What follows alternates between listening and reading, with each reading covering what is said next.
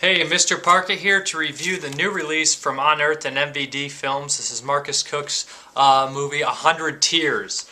This was out of print for years ago, for years, probably like 4 or 5 years, and it was released by Anthem Pictures originally.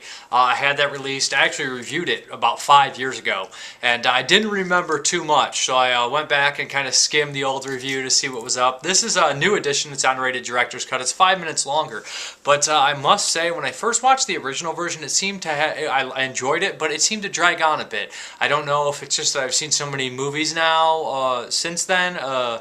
But it flowed better. There's actually longer. This is actually longer, so you think that maybe it would drag on. Maybe it was just the editing was different. Maybe a couple more kills were thrown in. I think I noticed a couple new kills that I did not remember beforehand. But essentially, the movie 100 Tears follows two tabloid reporters who catch on to this teardrop killer who is massacring people. The teardrop killer is, of course, Gertie the Clown. He is a giant...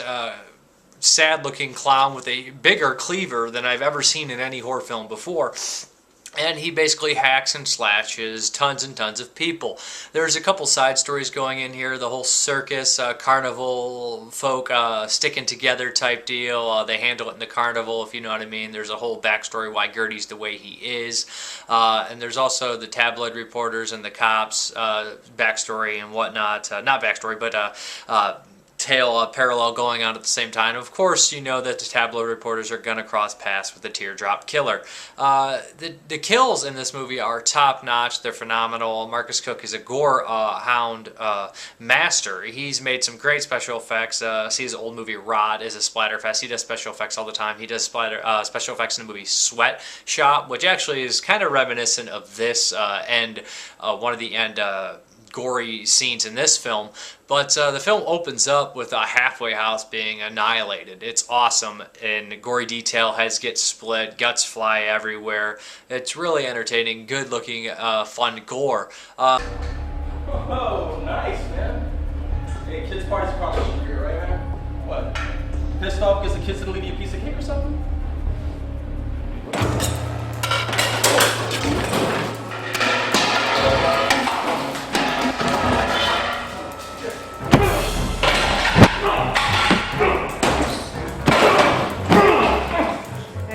Shitheads. Remember me?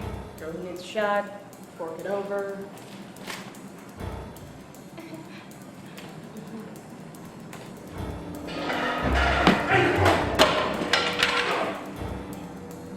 Hey, you two stay right here.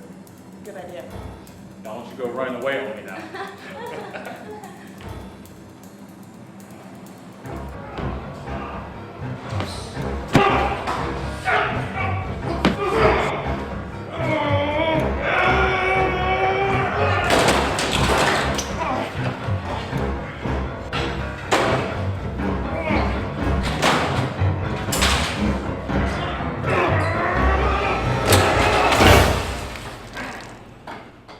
And the thing is, the victims are all from different, smorgasbord of victims. We get businessmen, we get punk kids, we get halfway house people. We get all sorts of, just run-of-the-mill people here.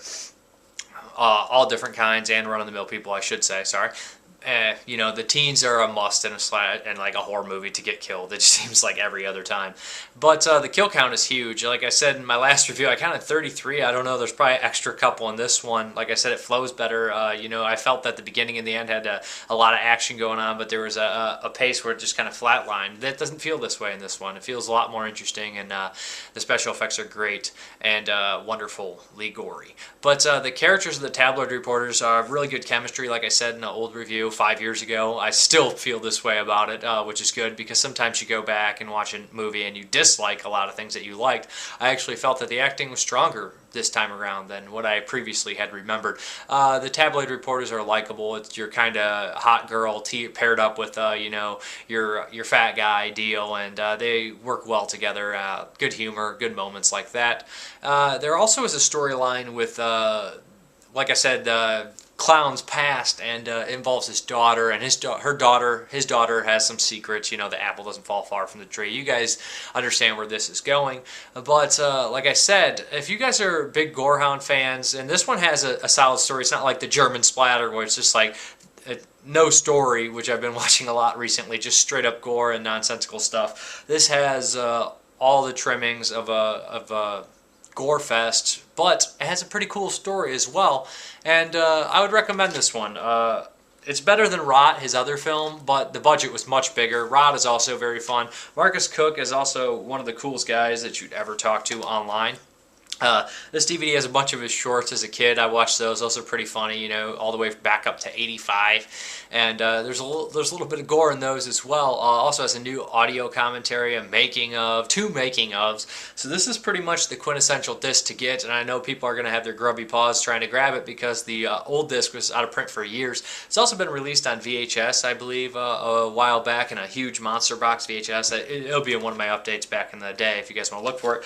But I'd recommend checking out 100 Tears Extended Director's Cut, and watch after the credits. You guys will have a nice little surprise there. But really fun movie. Good Unearthed release. Good director. Good film. A lot of fun. Enjoy it a lot. Have a good one. Serial killers. No. Won't sell. All I'm saying is that why can't the Titanic rise from the depths and sail again? Okay, we've made up some real shit stories before, but this one takes the fucking cake. I have to put my foot down, Mark. No way. Oh, come on, Jen. Okay, fine. Reptile Boy. Can't believe I'm still writing about this fucking shit. Well, it's better than the Titanic garble. Are you serious? Okay. I have this. Oh. I know, okay, but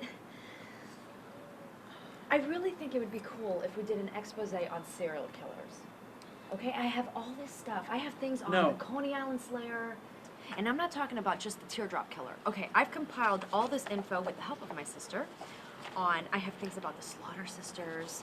Okay, the Kentucky cannibal family. I mean, look at this guy. Look at his picture. I mean, read the article. This is really good stuff. This is what pays the bills. Mark, just go with me on this. Okay, we've been doing this tabloid crap for 5 years. I mean, really, don't you think it's about time that our work count for something more than supermarket checkout lines and bathroom reading? Okay, tell you what. I'll go with you on this. Yes. But we have 1 week to get a cover story to the Midnight Star. Okay, what do we got? Titanic. Reptile Boy. Come on! It's a little hokey, heartthrobby. People think of Leonardo DiCaprio, Kate Winslet, steamy car sex. Crazy car sex. Fine. I can't remember the last time I had crazy car sex. Okay, anyway, you know, there's been this huge rise in the last year of unsolved homicides. I really think this is our time. It's a sign. Is this what you do late at night when I'm sleeping? Yeah, this and masturbate. Okay, anyway, I've got all this information. If we can just help me organize it like into sections and liner notes, that would be so fantastic. You know, if you're ugly, I'd say no fucking way. Well, good thing I have the looks then, huh? And the brains. Well, are you gonna eat that? Just one little piece here. No, help yourself. Looks good.